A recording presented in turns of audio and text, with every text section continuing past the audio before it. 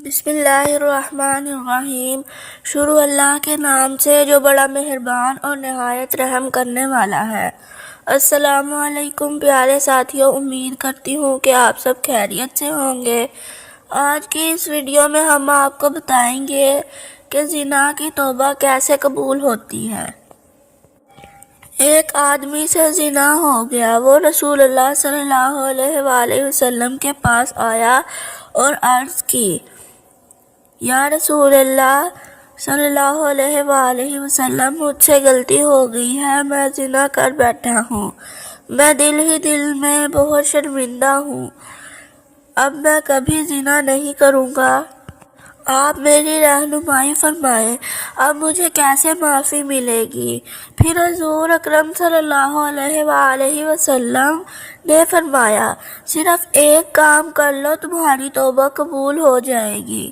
دوستو، واضح رہے کہ زنا بہت بڑا گناہ ہے۔ قرآن و حدیث میں زنا کی سخت مذمت کی گئی ہے اور زنا کرنے والوں کے بارے میں سخت وعیدیں نازل ہوئی ہیں۔ حدیث مبارک میں ہے، ساتوں آسمان اور ساتوں زمینیں شادی شدہ زنا کار پر لعنت بھیجتی ہیں اور جہنم میں ایسے لوگوں کی شرمگاہوں سے ایسی سخت بدبو پھیلے گی کہ جس سے اہل جنت بھی پریشان ہوں گے، اور آپ کے عذاب کے ساتھ ان کی رسوائی جہنم میں ہوتی رہے گی۔ ایک دوسری حدیث میں ہے، حضرت ابو ہریرہ رضی اللہ تعالیٰ عنہ سے روایت ہے کہ رسول اللہ صلی اللہ علیہ وآلہ وسلم نے فرمایا، زنا کرنے والا زنا کرتے وقت مومن نہیں رہتا، چوری کرنے والا چوری کرتے وقت مومن نہیں رہتا، اور شراب پینے والا شراب پیتے وقت مومن نہیں رہتا۔ حضرت ابو امامہ رضی اللہ تعالیٰ عنہ سے مروی ہے کہ ایک نوجوان نبی کریم صلی اللہ علیہ وآلہ وسلم کی خدمت میں حاضر ہوا اور کہنے لگا، یا رسول اللہ صلی اللہ علیہ وآلہ وسلم، مجھے زنا کرنے کی اجازت دے دیجئے۔ لوگ اس کی طرف متوجہ ہو کر اسے ڈانٹنے لگے اور اسے پیچھے ہٹانے لگے، لیکن نبی کریم صلی اللہ علیہ وآلہ وسلم نے اسے فرمایا، میرے قریب آ جاؤ۔ وہ نبی کریم صلی اللہ علیہ وآلہ وسلم کے قریب جا کر بیٹھ گیا۔ نبی کریم صلی اللہ علیہ وآلہ وسلم نے اس سے پوچھا، کیا تم اپنی والدہ کے حق میں بدکاری کو پسند کرو گے؟ اس نے کہا، کبھی نہیں۔ آپ پر قربان جاؤں، نبی کریم صلی اللہ علیہ وآلہ وسلم نے فرمایا، لوگ بھی اسے اپنی ماں کے لیے پسند نہیں کرتے۔ پھر پوچھا، کیا تم اپنی بیٹی کے حق میں بدکاری کو پسند کرو گے؟ اس نے کہا، اللہ کی قسم کبھی نہیں۔ میں آپ صلی اللہ علیہ وآلہ وسلم پر قربان جاؤں، نبی کریم صلی اللہ علیہ وآلہ وسلم نے فرمایا، لوگ بھی اسے اپنی بیٹی کے لیے پسند نہیں کرتے۔ پھر پوچھا، کیا تم اپنی بہن کے حق میں بدکاری کو پسند کرو گے؟ اس نے کہا، اللہ کی قسم کبھی نہیں۔ میں آپ پر قربان جاؤں، نبی کریم صلی اللہ علیہ وآلہ وسلم نے فرمایا، لوگ بھی اسے اپنی بہن کے لیے پسند نہیں کرتے۔ پھر پوچھا، کیا تم اپنی پھوپھی کے حق میں بدکاری کو پسند کرو گے؟ پھر پوچھا، کیا تم اپنی خالہ کے حق میں بدکاری کو پسند کرو گے؟ اس نے کہا، اللہ کی قسم کبھی نہیں۔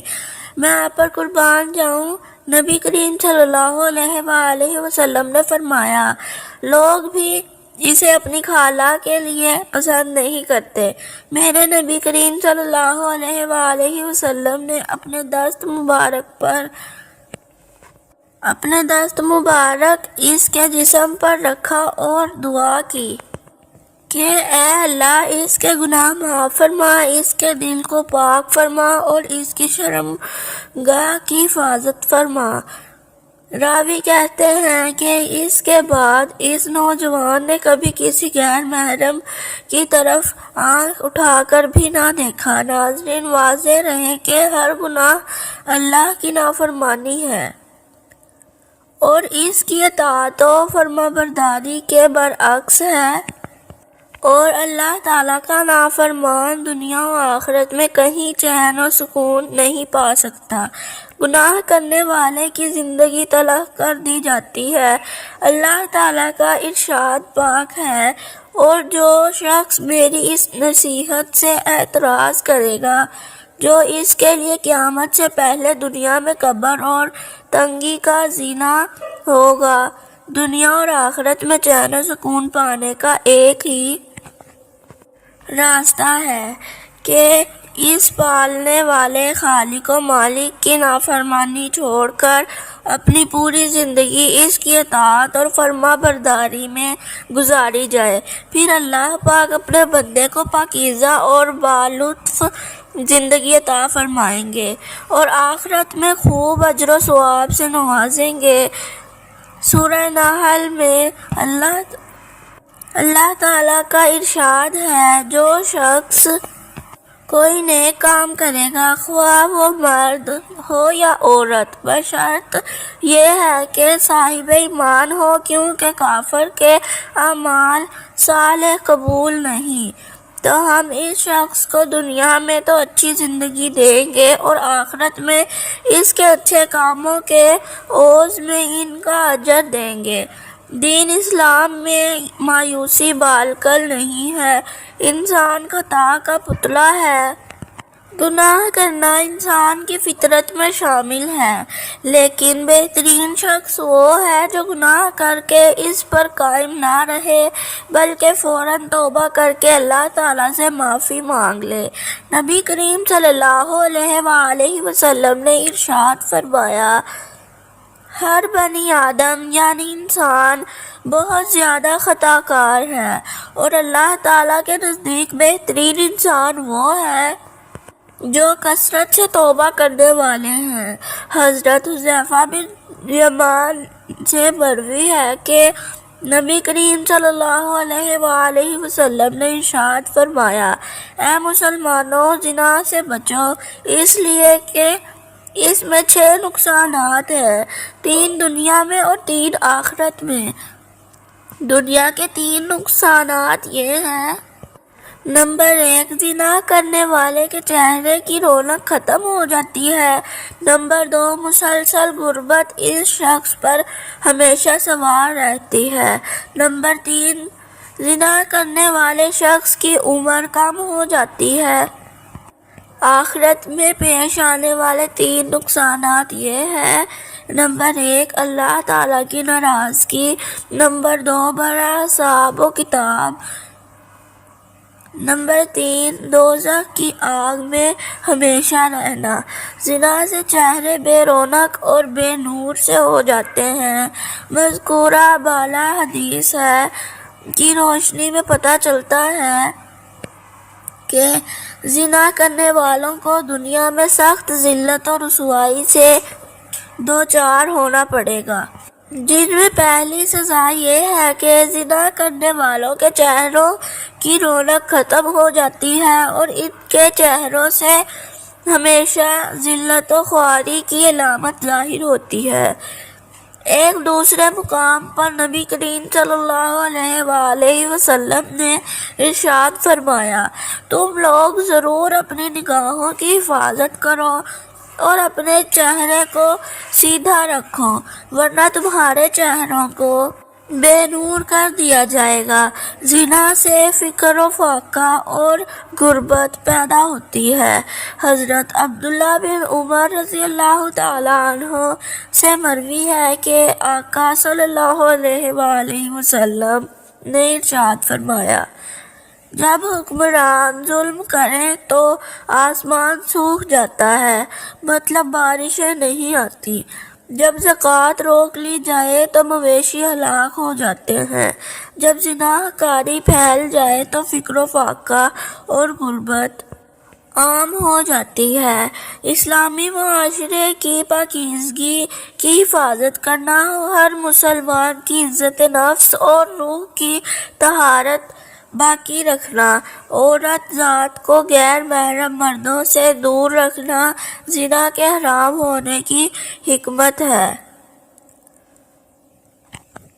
عبرانی کی ایک صحیح روایت ہے کہ ابن العاص نبی کریم صلی اللہ علیہ وآلہ وسلم سے روایت کرتے ہیں کہ آپ صلی اللہ علیہ وآلہ وسلم نے فرمایا، روزانہ آدھی رات کے وقت آسمان کے دروازے کھول دیے جاتے ہیں اور ایک پکارنے والا فرشتہ پکارتا ہے کہ کوئی ہے دعا مانگنے والا جس کی دعا قبول کی جائے، ہے کوئی سوال کرنے والا جس کا سوال پورا کیا جائے، کوئی مصیبت زدہ جو دعا کرے اور اس کی مصیبت کو دور کر دیا جائے، یعنی آدھی رات کے بعد دعائیں قبول ہوتی ہیں۔ ناظرین، اللہ تعالیٰ ہر دعا کرنے والے مسلمان کی دعا کو قبول فرماتا ہے، سوائے زانیہ کے جو اپنی شرمگاہ کے ذریعے غیر مرد کو سیراب کرتی ہے۔ زانیہ عورت زنا کر کے مرد کا دل بہلاتی ہے، پھر اس کی دعا قبول نہیں ہوتی۔ زنا کرنے والے لوگ خود اپنے آپ کو اللہ کے عذاب کا مستحق بنا لیتے ہیں۔ حضرت عبداللہ بن عباس رضی اللہ تعالیٰ عنہ کہتے ہیں کہ رسول اللہ صلی اللہ علیہ وآلہ وسلم نے فرمایا، جب کسی بستی میں زنا اور سود عام ہو جائے تو گویا اس بستی کے لوگوں نے اپنے آپ کو اللہ کے عذاب کا مستحق بنا لیا کہ ان پر کسی بھی طرح کا عذاب آ جائے۔ پھر اس طرح زانی کو دنیا میں بھی اللہ کی طرف سے سزا مل کر رہتی ہے، یعنی یہ ایک ایسا جرم ہے کہ جس کی سزا دنیا میں بھی ملتی ہے اور آخرت میں بھی ملتی ہے۔ حضرت انس کہتے ہیں کہ رسول اللہ صلی اللہ علیہ وآلہ وسلم نے فرمایا، دو گناہ ایسے ہیں جن کی سزا میں جلدی کی جاتی ہے اور دنیا ہی میں دے دی جاتی ہے۔ نمبر 1 زنا، نمبر 2 والدین کی نافرمانی کرنے والا، ماں باپ کے بات نہ ماننے والا جو شخص ایسی بیماریوں میں مبتلا ہو جاتا ہے، یعنی زنا جیسی بیماری میں مبتلا ہو جاتا ہے، تو پھر اس کا ایمان کیسے بچ سکتا ہے کہ اس گناہ کو چھپانے کے لیے جھوٹ پہ جھوٹ بولتا چلا جاتا ہے، ایک نہیں کئی جھوٹ بولتا ہے، اور جب کوئی انسان جھوٹ بولتا ہے تو اس کے منہ کی بدبو سے فرشتہ اس سے کئی میل دور چلا جاتا ہے۔ اس انسان سے اللہ تعالیٰ کی حفاظت ہٹ جاتی ہے اور وہ شخص ذلیل ہو کر رہ جاتا ہے۔ دنیا میں بھی انسان پر طرح طرح کی بیماریاں اور طرح طرح کی مصیبتیں نازل ہوتی ہیں۔ پھر بڑھاپے کی عمر میں زنا کرنا اللہ کی غضب اور غصے کو اور بھڑکاتا ہے۔ اللہ تعالیٰ قیامت کے دن 3 لوگوں سے غصے کی وجہ سے بات نہیں کریں گے اور نہ ہی جنت میں داخل ہونے کے لیے پاس کریں گے، اور ان کے لیے آخرت کا دردناک عذاب ہے۔ نمبر 1 بوڑھا زانی، دوسرا جھوٹا حکمران اور تیسرا متکبر فقیر۔ پھر اسی طرح جہاں پر زنا عام ہو جائے وہاں موتیں بہت ہونے لگتی ہیں، موت کی کثرت ہو جاتی ہے، قتل کی کثرت ہو جاتی ہے۔ پھر اسی طرح کسی بھی غیر حاضر شخص کی بیوی سے زنا کرنے والے شخص پر اللہ تعالیٰ قیامت کے روز ایک سانپ مسلط کر دیں گے، یعنی کسی عورت کا شوہر کہیں گیا ہوا ہے اور ظاہر ہے کہ شوہر بیوی کا محافظ ہوتا ہے، اور اب اگر وہ اکیلی ہے تو اس کو اکیلا پا کر کسی نے اس کے ساتھ اگر برائی کی تو وہ سانپ اس کو قیامت تک ڈستا رہے گا۔ ایسا شخص قیامت کے دن اس انجام سے دوچار ہوگا۔ عبداللہ بن عمر کہتے ہیں، رسول اللہ صلی اللہ علیہ وآلہ وسلم نے فرمایا، جو شخص کسی غیر حاضر آدمی کی بیوی کے بستر پر آ کر بیٹھتا ہے، اس کا انجام اس شخص جیسا ہے جسے قیامت کے روز زہریلے سانپوں میں سے ایک سانپ ڈسے گا۔ پھر ہمسائے کی بیوی سے زنا کرنے کا عذاب یا اس کی سزا کسی بھی دوسری عورت کے ساتھ زنا کرنے سے 10 گنا زیادہ ہے، کیونکہ ہمسایوں کے بھی کچھ حقوق ہوتے ہیں۔ حضرت عبداللہ رضی اللہ تعالیٰ عنہ بیان کرتے ہیں کہ میں نے رسول اللہ صلی اللہ علیہ وآلہ وسلم سے پوچھا، کون سا گناہ اللہ کے نزدیک سب سے بڑا ہے؟ آپ نے فرمایا کہ اللہ کے ساتھ کسی کو شریک ٹھہرانا جبکہ اس نے تمہیں پیدا کیا ہے۔ وہ کہتے ہیں میں نے آپ سے عرض کی یہ تو واقعی بڑا گناہ ہے۔ وہ کہتے ہیں میں نے پوچھا پھر کون سا بڑا گناہ ہے؟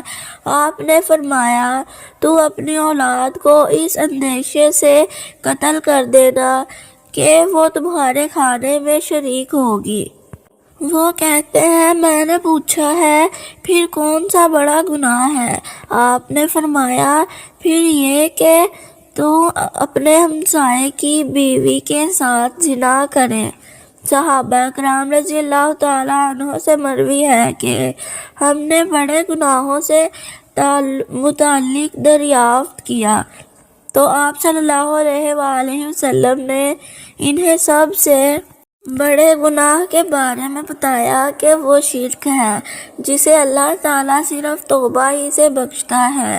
اگر شرک کا مرتکب انسان بغیر توبہ کیے مر گیا تو وہ ہمیشہ ہمیشہ کے لیے جہنم میں ہی رہے گا۔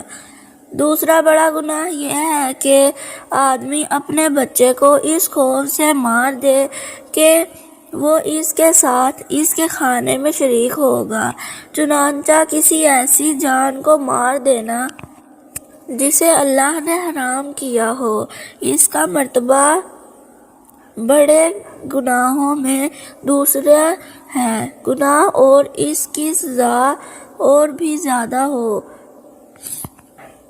جاتی ہے جب کہ مقتول قاتل کا رشتہ دار ہو، اور یہ اور بھی زیادہ ہو جاتی ہے جب مقتول ہمسایہ ہو، جبکہ قتل کا مقصد مقتول کو اللہ تعالیٰ کے اس رزق سے محروم کرنا ہو جسے اللہ تعالیٰ نے قاتل کے ہاتھ پر جاری فرمایا ہے۔ پھر یہ کہ آدمی اپنے ہمسائے کی بیوی سے زنا کرے۔ کبیرہ گناہوں میں تیسرا درجہ زنا کا ہے۔ اس کا گناہ اور زیادہ ہو جاتا ہے۔ جس عورت نے زنا کیا اس کی دعا کبھی قبول نہیں ہوتی۔ جس عورت سے زنا کیا جائے وہ ہمسائے کی بیوی ہو جس کے ساتھ شریعت نے حسن سلوک اور نیکی کرنے کی نصیحت کی ہے۔ حضرت مقداد کہتے ہیں رسول اللہ صلی اللہ علیہ وآلہ وسلم نے اپنے صحابہ سے دریافت فرمایا، زنا کے بارے میں تمہارا کیا خیال ہے؟ صحابہ نے عرض کی، زنا کو اللہ اور اس کے رسول نے حرام قرار دیا ہے، لہذا وہ قیامت تک حرام ہے۔ پھر آج صلی اللہ علیہ وآلہ وسلم نے صحابہ کرام سے فرمایا، ایک آدمی اگر 10 عورتوں سے زنا کرے تو یہ گناہ اس سے کم ہے کہ آدمی اپنے ہمسائے کی بیوی سے زنا کرے۔ ہمسائے کی بیوی سے زنا ایک تو ہمسائے کا حق پامال ہوتا ہے، دوسرا یہ کہ اعتماد کا رشتہ ہوتا ہے۔ ساتھ ساتھ گھر ہوتے ہیں تو سارے راز معلوم ہوتے ہیں کہ کس دن کون اکیلا ہے، کون گھر میں ہے یا نہیں۔ کسی بھی وقت دماغ سکون میں نہیں رہتا، انسان ایک خوف کا شکار رہتا ہے۔ ناظرین، کیا آپ کو پتہ ہے کہ آخرت میں ایسے شخص کا انجام کیا ہے؟ کسی کو معلوم ہے؟ یہ جو دنیا میں زنا کرتا ہے قیامت کے دن اس کا انجام کیا ہوگا؟ نبی کریم صلی اللہ علیہ وآلہ وسلم کی حدیث روایت کرتے ہیں کہ آپ صلی اللہ علیہ وآلہ وسلم نے فرمایا کہ معراج کے موقع پر جب آپ نے جبرائیل علیہ السلام سے پوچھا کہ جو مناظر آپ نے مجھے دکھائے ہیں ان میں سب سے پہلے جس شخص پر آپ کا گزر ہوا اس کے جبڑے اور آنکھیں گدی تک لوہے کے آلے سے چیری جا رہی تھی تو یہ کون تھا؟ تو بتایا گیا کہ یہ شخص وہ تھا جو صبح کے وقت گھر سے نکلتا، جھوٹی خبریں دیتا، جو آنن فانن ساری دنیا میں پھیل جاتی، اور اب تو میڈیا کے ذریعے ایک جھوٹ پوری دنیا میں کروڑوں مرتبہ پھیلایا جاتا ہے، اور ننگے مرد اور عورتیں جو آپ نے جہنم میں جلتے دیکھے۔ تو آپ نے حضرت جبرائیل علیہ السلام سے پوچھا کہ یہ کون تھے؟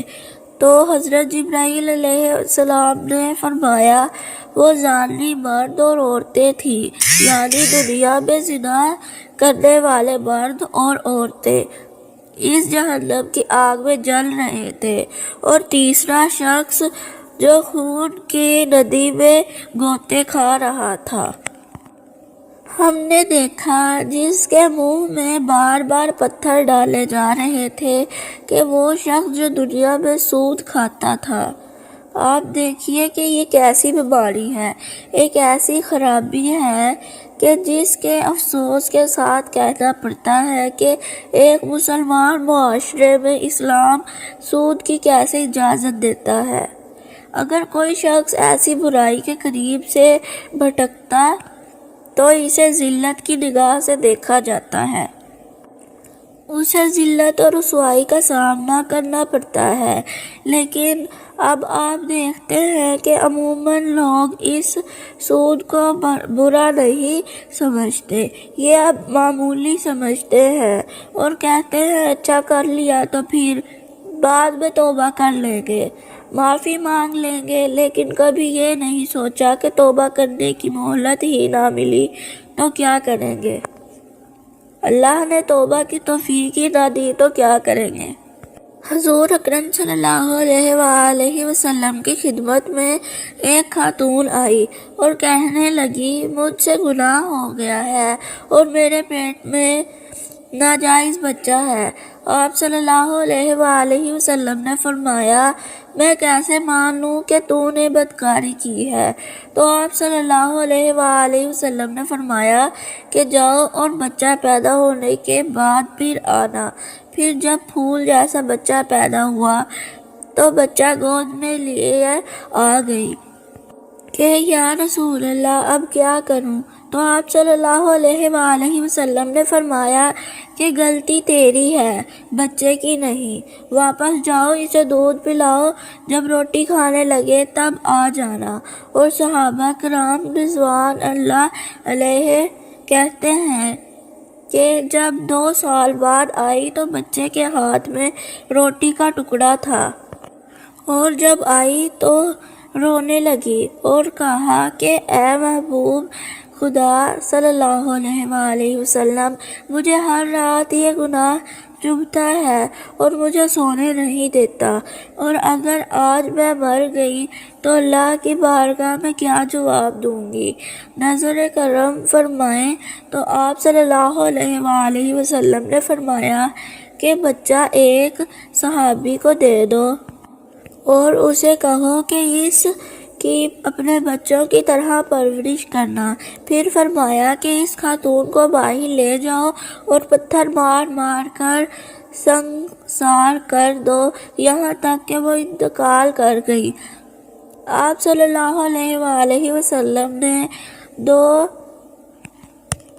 صحابیات کی ڈیوٹی لگائی اور فرمایا کہ اسے اٹھاؤ، غسل بھی دو، کفن بھی پہناؤ، اور جب یہ کام ہو جائے تو مجھے بتانا۔ جب یہ کام ہو گیا تو حکم ہوا کہ صفیں سیدھی کرو، میں خود اس کا جنازہ پڑھاؤں گا۔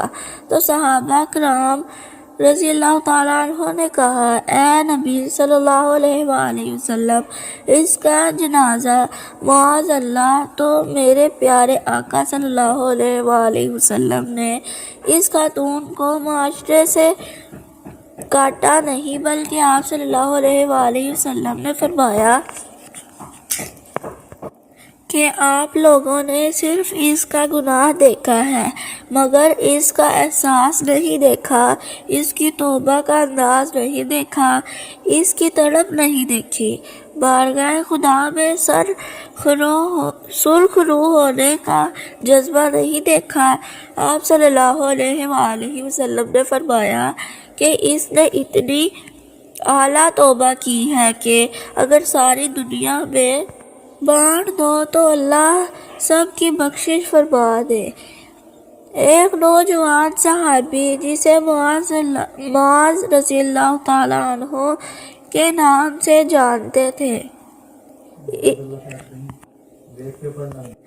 ایک نوجوان صحابی جسے معاذ رضی اللہ تعالیٰ عنہ کے نام سے جانتے تھے، ان کی شادی مدینہ منورہ میں ہوئی تھی۔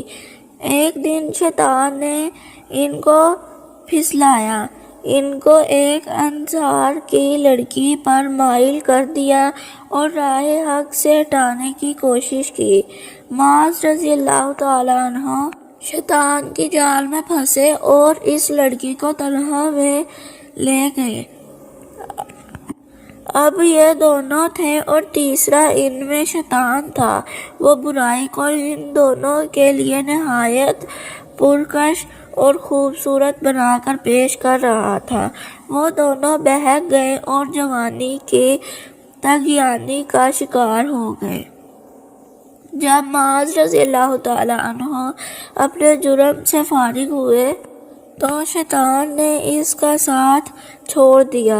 اب وہ پھوٹ پھوٹ کر رونے لگے اور اپنے نفس کا محاسبہ کرنے لگے اور اپنے آپ کو ملامت کرنے لگے۔ وہ بے قرار ہو گیا۔ آپ صلی اللہ علیہ وآلہ وسلم کی خدمت میں آئے اور آپ صلی اللہ علیہ وآلہ وسلم کے سامنے کھڑے ہو گئے۔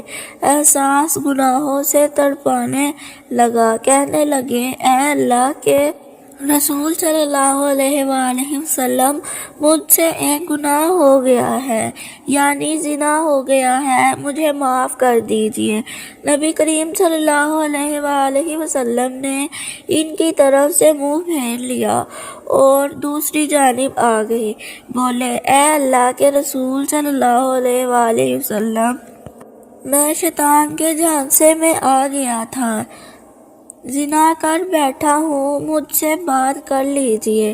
نبی کریم صلی اللہ علیہ وآلہ وسلم نے فرمایا، تجھ پر افسوس ہے، واپس چلا جا اور اللہ تعالیٰ سے اپنے گناہ کی معافی مانگ اور توبہ کر لے۔ وہ تھوڑی دیر بعد پھر آ گیا۔ گناہ کی آگ نے اس کا آرام چھین لیا، وہ صبر نہ کر سکا۔ نبی کریم صلی اللہ علیہ وآلہ وسلم نے اس کے بارے میں حکم دیا، اسے یہاں سے نکال دو۔ اسے نکال دیا گیا۔ وہ چوتھی مرتبہ پھر چلا آیا۔ نبی کریم صلی اللہ علیہ وآلہ وسلم نے لوگوں سے پوچھا، کیا یہ دیوانہ ہے؟ لوگوں نے کہا، اللہ کے رسول صلی اللہ علیہ وآلہ وسلم، ہم تو اس میں ایسا کوئی مرض نہیں پاتے۔ آپ صلی اللہ علیہ وآلہ وسلم نے فرمایا، شاید اس نے شراب پی ہوئی ہے، اس لیے ایسی حرکتیں کر رہا ہے۔ ایک آدمی کھڑا ہوا، اس نے معاذ رضی اللہ تعالیٰ عنہ کا منہ سونگھا، اسے شراب کی کوئی بو محسوس نہیں ہوئی۔ نبی کریم صلی اللہ علیہ وآلہ وسلم نے پوچھا، تجھے پتہ ہے زنا کسے کہتے ہیں؟ اس نے کہا، جی ہاں، میں ایک عورت کے ساتھ اس طرح حرام کا ارتکاب کر بیٹھا ہوں جسے ایک آدمی حلال طریقے سے اپنی بیوی کے ساتھ کرتا ہے۔ آپ صلی اللہ علیہ وآلہ وسلم نے پوچھا، اب اس سے تمہارا کیا مطلب ہے؟ اس نے کہا، مجھے پاک کر دیجئے۔ نبی کریم صلی اللہ علیہ وآلہ وسلم نے مکمل تفتیش کروائی، جرم ثابت ہونے پر حد جاری فرمائی۔ آپ صلی اللہ علیہ وآلہ وسلم نے حکم دیا اور اسے سنگسار کر دیا گیا۔ جب اس کی نماز جنازہ پڑھائی گئی اور اسے دفن کر دیا گیا تو نبی کریم صلی اللہ علیہ وآلہ وسلم دو آدمیوں کے پاس سے گزرے۔ وہ آپس میں باتیں کر رہے تھے کہ دیکھو، اس آدمی پر اللہ نے پردہ ڈالا تھا، لیکن اس نے اپنے آپ کو خود ہی ہلاکت میں ڈال لیا، حتیٰ کہ اسے پتھر مار کر یوں ہلاک کر دیا گیا جیسے کتے مار دیے جاتے ہیں۔ نبی کریم صلی اللہ علیہ وآلہ وسلم خاموش ہو گئے۔ پھر تھوڑا دور ایک مردہ گدھا پڑا ہوا تھا، اسے دھوپ نے جلا دیا تھا۔ جب نبی کریم صلی اللہ علیہ وآلہ وسلم نے گدھے کو دیکھا تو پوچھا، کدھر ہیں وہ دونوں؟ بولے، اللہ کے رسول، ہم یہاں ہیں۔ آپ صلی اللہ علیہ وآلہ وسلم نے فرمایا، اترو اور اس گدھے کا گوشت کھاؤ۔ وہ حیران ہو کر بولے، اے اللہ کے نبی، بھلا اسے کون کھا سکتا ہے؟ آپ صلی اللہ علیہ وآلہ وسلم نے فرمایا، ابھی جو تم اپنے بھائی کی عزت پامال کر رہے تھے وہ اس گدھے کو کھانے سے بھی زیادہ بدتر ہے۔ معاذ رضی اللہ تعالیٰ عنہ نے ایسے سچی توبہ کی ہے کہ اگر یہ توبہ امت کے مابین تقسیم کر دی جائے تو انہیں کافی ہو جائے گی۔ مجھے اس ذات کی قسم جس کے ہاتھ میں میری جان ہے، وہ اس وقت جنت کی نہروں میں غوطے لگا رہا ہے۔ اللہ پاک سے دعا ہے کہ اللہ پاک ہمیں ہر برے عمل سے بچائے۔ میرا سنانا اور آپ کا سننا اپنے بارگاہ الہی میں قبول و منظور فرمائے اور ہمارا خاتمہ ایمان پر فرمائے، آمین یا رب العالمین۔ پیارے ساتھیوں، امید کرتی ہوں کہ آپ کو ہمارا آج کا یہ واقعہ پسند آیا ہوگا۔ ایسے اچھے واقعات سننے کے لیے ہمارے چینل کو لائک کریں، شیئر کریں اور سبسکرائب کریں۔ فی امان اللہ، اللہ حافظ۔